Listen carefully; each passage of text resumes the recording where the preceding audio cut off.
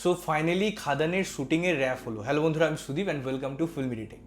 আজকে দেবদা একটা তার সোশ্যাল হ্যান্ডেল থেকে পোস্ট করেছেন, যেখানে খাদান শুটিং যে শেষ হলো সেটা ইনফরমেশন দেওয়া আছে এবং তার সাথে একটা পোস্টার তিনি পোস্ট করেছেন। এবারে এই পোস্টারটা কিন্তু খুব মিনিংফুল, তার জন্য আজকের এই ভিডিওটা। বিশেষ করে আমরা যখন এই খাদানে লুক দেখেছিলাম দেবের, তখন যে দাড়ি ছিল, যে চুল ছিল, যে ক্যারেক্টারটা ছিল, সেটা নিয়ে কথা হয়েছে এবং তারপরে এটাও জানা গেছে যে দেবের দুটো লুক থাকবে বা ডবল রোল থাকবে। তার কারণ নিজের ছেলে হোক বা বাবা হোক, দুটো ক্যারেক্টারই দেব নিজেই করছেন। তো এই পোস্টারটা টেকনিক্যালি যেটা বোঝা যাচ্ছে সেটা কিন্তু ওই ছেলের অবতারে বোঝানো হচ্ছে বা দেবকে প্রেজেন্ট করা হচ্ছে, কারণ এখানে একটা রিভেঞ্জের ব্যাপার আছে।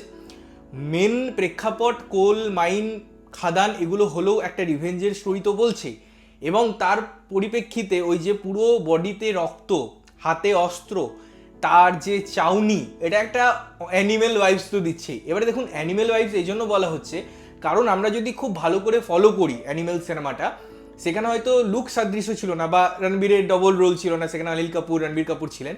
বাট এই যে বাবার প্রতি ভালোবাসা বা তার জন্য যে এক্সট্রিম পর্যায়ে একজন ছেলে যেতে পারে, সেই রিভেঞ্জ, তার মধ্যে যে দৃশ্যায়ন, এগুলো তো ছিল এবং টেকনিক্যালি সেইভাবে এখানে প্রেজেন্ট করা হয়েছে। এই তুলনাটা কিন্তু কখনোই কম্পেয়ার, কপি এসবে নয়, এটা জাস্ট হিন্ট যে কীরকম এক্সট্রিম লেভেল পর্যন্ত যেতে পারে এর যে ফাইটিং সিকোয়েন্স সেগুলো। কারণ এরকম রক্ত তখনই বেরোয় যখন তার মধ্যে সাংঘাতিক কিছু একটা অ্যাকশন সিকোয়েন্স হয়, যখন তার মধ্যে ব্রুটালিটি থাকে, যখন তার মধ্যে লার্জার দেন লাইফ কোরিওগ্রাফি থাকে।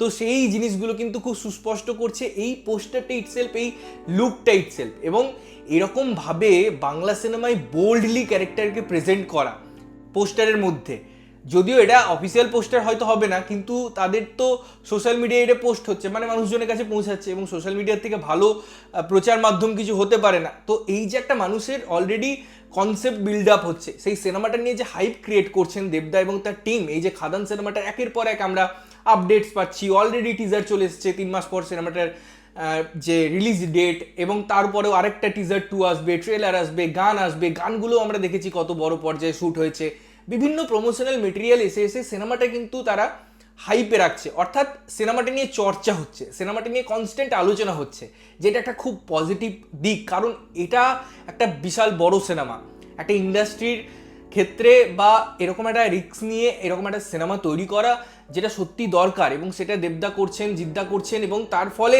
এই যে একটা ইন্ডাস্ট্রিরও উন্নতি ঘটছে। এই যে কমার্শিয়াল থেকে আমরা সরে গেছিলাম, বারবার বলি, সেই অবতারে সেই লুকে যখন ফিরছেন দেবদা, তো অমাইক লাগছে। এবং ক্যারেক্টার পোস্টারটাই হোক বা তার লুকস, এটা যেটা আমি যদি মানে ভুল না করি, এটা হয়তো ছেলেরই লুক হবে, তারই হয়তো এটা গেট আপ হবে, তো সেই জিনিসটাই কিন্তু পাল্লা দিচ্ছে। সুতরাং দেখার অপেক্ষা এবারে যে সিনেমাটায় আর কি প্রমোশনাল মেটেরিয়াল আসে, কবে আসে, আলটিমেটলি সিনেমাটা কেমন আসে। বাট যে ভাইবসের কথা আমি বলি, যে হাইপের কথা আমি বলি, যে মানুষ উত্তেজনা ধরে রাখতে না পারার কথা বলি, সেটা কিন্তু এই পোস্টারটা দিতে সক্ষম। তোমাদের কেমন লেগেছে পোস্টারটা এবং তোমাদের কি ওপিনিয়ন অবশ্যই কমেন্ট করে জানিও। ততক্ষণের জন্য ভালো থাকবে, সুস্থ থাকবে এবং সবসময় ভালো জিনিস দেখবে। চ্যানেল যদি প্রথমবার দেখছো, লাইক কমেন্ট শেয়ার করতে হবে, সাবস্ক্রাইব করতে হবে, যাতে প্রত্যেক নোটিফিকেশন তোমাদের কাছে পৌঁছায়। দেখা হচ্ছে অন্য কোনো ভিডিওতে, ততক্ষণের জন্য টাটা।